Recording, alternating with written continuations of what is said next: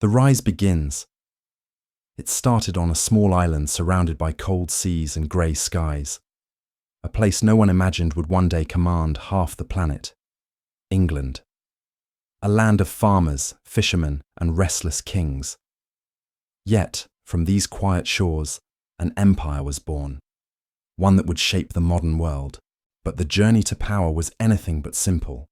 It began with invasion, rebellion, and the struggle to survive. In the year 1066, England's fate changed forever. The Norman Duke, William the Conqueror, crossed the Channel with his army and defeated the English king at Hastings.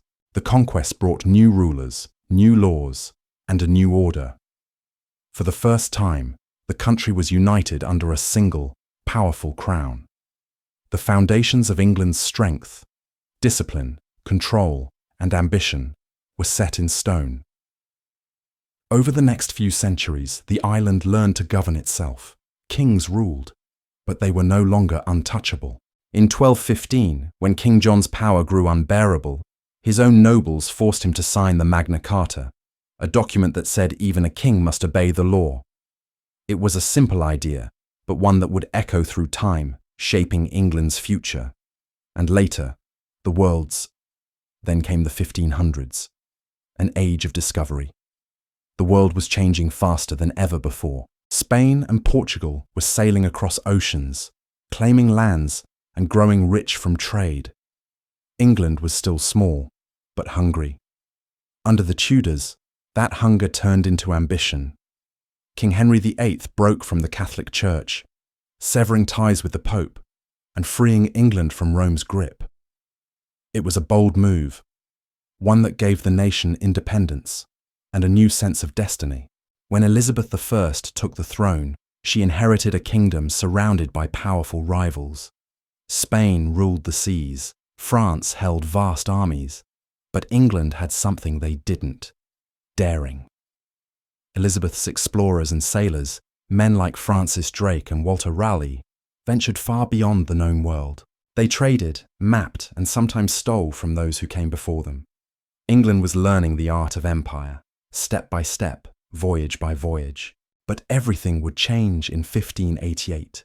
The Spanish Armada, the greatest naval fleet of its time, set sail to crush England once and for all. It seemed certain that the tiny island would fall, yet the English ships were faster, lighter, and guided by fierce determination. Through fire and storm, the Armada was destroyed. Spain's dominance at sea was shattered, and England's confidence soared. That victory did more than save a nation. It lit a fire that would burn for centuries. From that moment on, England looked outward, across oceans, toward new horizons. The sea was no longer a barrier. It was the path forward. And as its ships sailed farther and faster, the world would never be the same again. The Age of Colonies. After the defeat of the Spanish Armada, England stood at a crossroads. No longer a vulnerable island, it was now a rising naval power. And in the late 1500s and early 1600s, the horizon stretched wider than ever before. Across the Atlantic, new continents were being discovered and claimed. It was a race for land, resources, and dominance. England was late to join, but once it did, it would change the course of history. The first English attempt to settle in America came with the Roanoke colony, and it vanished without a trace, but failure didn't stop them. In 1607, a group of settlers founded Jamestown in Virginia. It was rough, disease-ridden, and dangerous, but it survived. That single settlement became the seed of what would one day be 13 colonies. English settlers built lives across the Atlantic. Merchants and adventurers looked east. In 1600, the English East India Company was founded, a private trading enterprise with royal backing. At first, its goal was simple: trade spices and silks with the East. But slowly, the company began to act less like a business and more like a kingdom. It hired soldiers, built forts, and signed treaties with local rulers. Trade turned into influence. Influence turned into power. And before long, the East India Company would control vast parts of India. By the 1600s, the English were building colonies, trading posts, and naval bases across the globe. The Caribbean brought sugar and wealth, but also a dark legacy: the slave trade. Millions of Africans were forced across the Atlantic to work on English plantations. It was brutal, inhuman, and it fueled England's growing economy. The profits built cities, funded wars, and financed the ships that carried English flags across the seas. At home, change was happening too. England was transforming, politically and industrially. Merchants grew rich, and new inventions began to reshape daily life. The middle class was emerging, and with it, new ideas about freedom, trade, and progress. But with growth came rivalry. France, the Netherlands, and Spain all competed for control of trade and colonies. The seas became battlegrounds, and England's navy, its greatest weapon, was constantly tested. War was no longer fought only on land, but across oceans, thousands of miles away. Through victory and loss, England kept expanding. By the end of the 17th century, it held colonies in North America, the Caribbean, Africa, and parts of Asia. London became the centre of global trade, a city where fortunes were made and empires were planned. England was no longer just an island kingdom. It had become a global force, a nation whose reach extended to every horizon. But this was only the beginning. The true transformation, the one that would make England the world's dominant power, was still to come. It would arrive through machines, factories, and steam. It would be driven by invention and ambition. The Industrial Revolution was about to begin, and the British Empire would rise with it. The Industrial Revolution and Empire. By the mid-18th century, England was no longer just a maritime power. It was on the brink of a transformation that would change the world forever. The Industrial Revolution had arrived. Steam, coal, and iron began to replace muscle and wood. Factories rose where fields once lay. Canals and railways stitched the country together. The rhythm of life sped up, and wealth flowed faster than ever before. Cities grew, swelling with workers drawn from the countryside. London became the beating heart of an empire, a hub for trade, finance, and ideas. Textiles, steel, and machinery were produced on an unprecedented scale. England was no longer dependent on distant lands for goods. It was producing them faster and cheaper than anyone else. And with industry came power. The British Navy, already formidable, now had ships built with iron and steam. English guns and fleets could reach any corner of the globe. From the Americas to Africa, from the Caribbean to Asia, the British flag began to fly farther than ever before. But the empire was not built by industry alone. England relied on trade networks, colonies, and, often, exploitation. The East India Company, once a trading venture, had become a government unto itself in India. It collected taxes, raised armies, and decided who lived and died. By the 19th century, India was known as the jewel in the crown of the British Empire. Across the Atlantic, England had lost its American colonies, but it quickly found new opportunities. The Caribbean islands, with their sugar plantations, and Canada, with its fur and timber, became vital parts of a growing empire. In Africa, forts and trading posts allowed England to control trade routes and resources. No other nation could match the reach or organisation of the British Empire. The Industrial Revolution also gave England a cultural and scientific edge. Inventions like the spinning jenny, the steam engine, and mechanised looms reshaped society. Ideas of progress, rationality, and innovation spread across Europe. But England led the way. English engineers, scientists, and thinkers were now shaping the modern world. By 1850, England had transformed completely. It had moved from a small island kingdom to a global industrial power. Its colonies, trade networks, and technological advancements gave it an influence that no other nation could rival. The British Empire was no longer just a concept, it was a reality. From the factories of Manchester to the ports of Bombay, England's reach was everywhere. But with great power came challenges. Managing colonies, protecting trade routes, and navigating international rivalries required strategy, diplomacy, and sometimes ruthless force. Yet England adapted, it innovated, it fought, and it expanded. The Industrial Revolution had not only changed England, it had changed the world, and it set the stage for the next phase of the empire, the Victorian era, where the British Empire would reach its height and truly dominate the globe. The Victorian Empire and global dominance. The year was 1837. A young queen named Victoria ascended the throne of Britain, a symbol of a new age, an age that would see England rise to the very peak of global power. This was the Victorian era, and under Queen Victoria's reign, the British Empire would reach its greatest extent, ruling over 1/4 of the Earth's land and 1/5 of its people. The Industrial Revolution had armed England with machines, factories, and railways.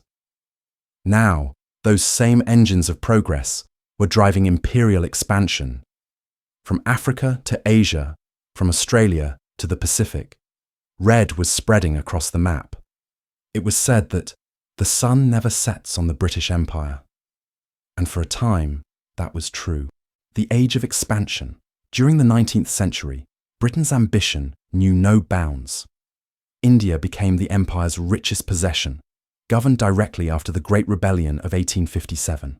Railways, telegraphs, and schools were built, but so were systems of control and extraction. The wealth of India fueled the factories of Manchester, while millions of Indians lived under strict colonial rule.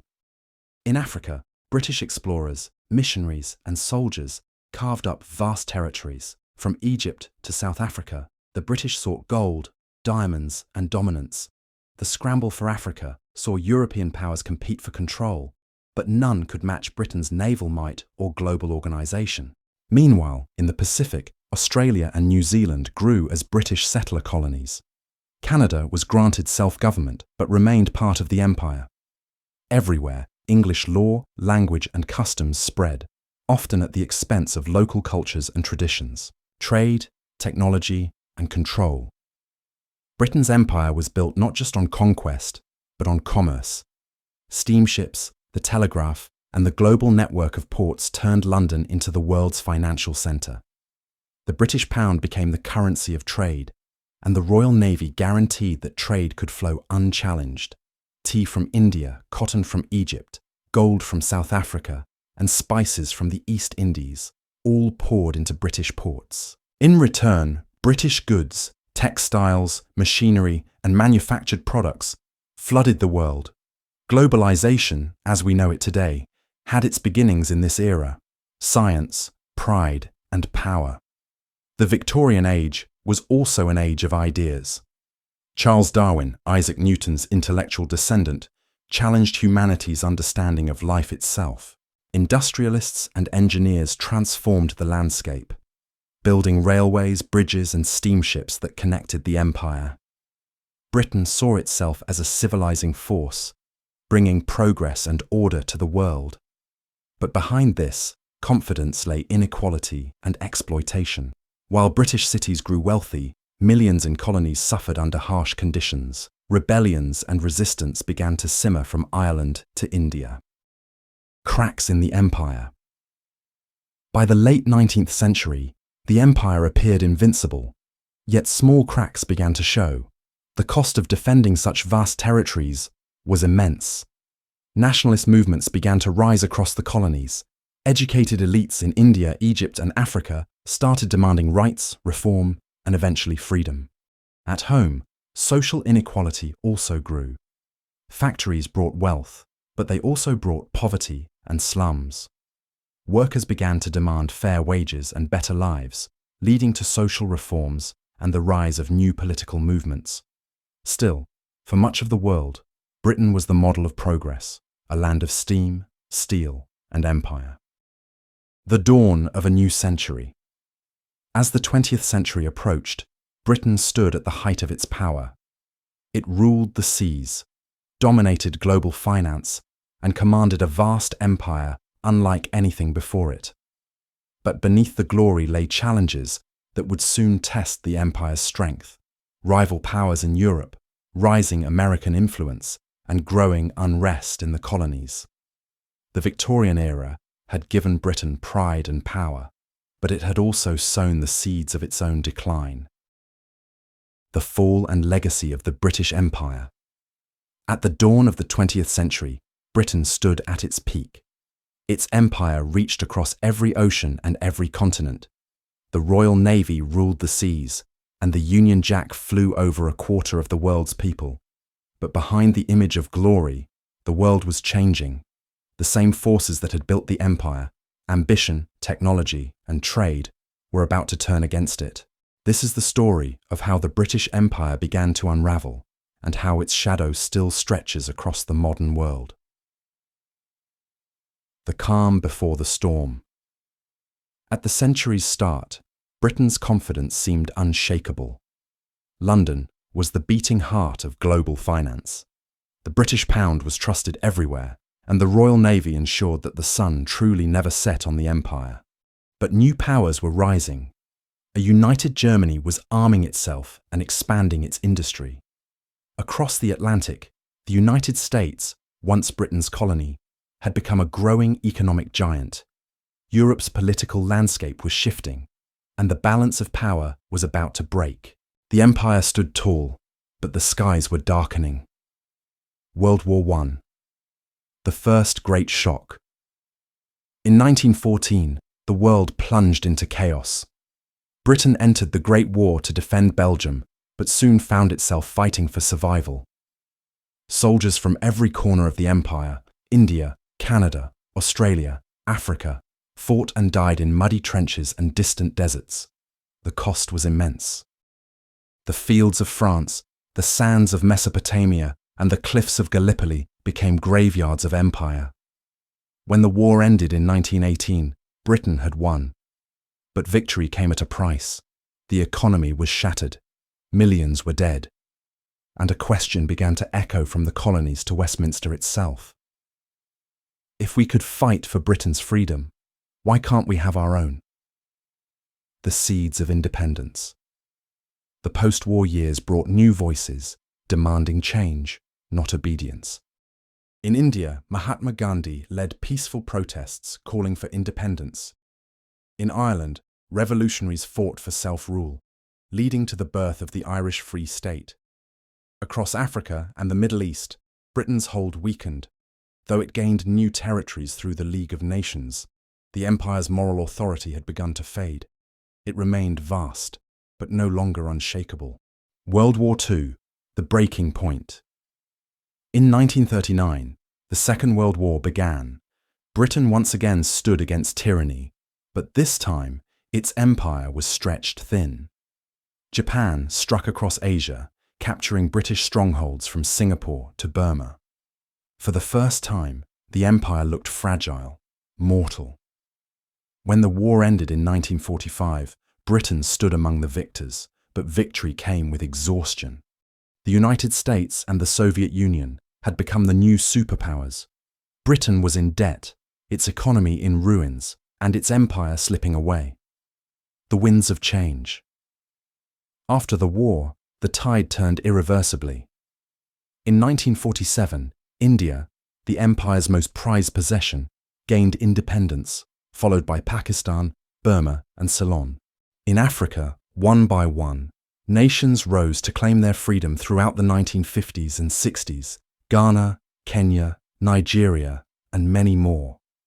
Some transitions were peaceful, others erupted into struggle and bloodshed, but everywhere, the same message rang clear: the age of empire was over. By the 1970s, the once mighty British Empire had shrunk to a handful of small islands and territories, remnants of a world long gone. The Commonwealth and the echo of empire. Yet from the empire's collapse, a new kind of partnership emerged: the Commonwealth of Nations. No longer an empire of domination, it became an association of equals. Countries bound not by conquest, but by shared history, language, and culture. Today, over 50 nations belong to it, from Canada to India, from Australia to South Africa. The legacy of the British Empire is complex and conflicted. It built railways, schools, and systems of law, but also left behind scars of exploitation, inequality, and division. It connected distant worlds through trade and technology, yet fractured societies through colonization and control. A world still shaped by Britain. Even without its empire, Britain's influence endures. English is now the global language of diplomacy, business, and science. Parliamentary democracy, common law, and education systems born in Britain shape nations across the world. And in culture, from literature to music to film, British creativity still travels farther than any fleet once did. London may no longer rule an empire, but it remains a global crossroads, a city that still reflects the world Britain once commanded. The shadow that never fades. The British Empire rose from ambition, exploration, and invention. It dominated oceans, redrew maps, and transformed civilizations. And though it fell, it never truly disappeared. Its influence still flows through modern life in ways both visible and invisible. The borders of Africa, the railways of India, the parliaments of Asia, all whisper stories of empire.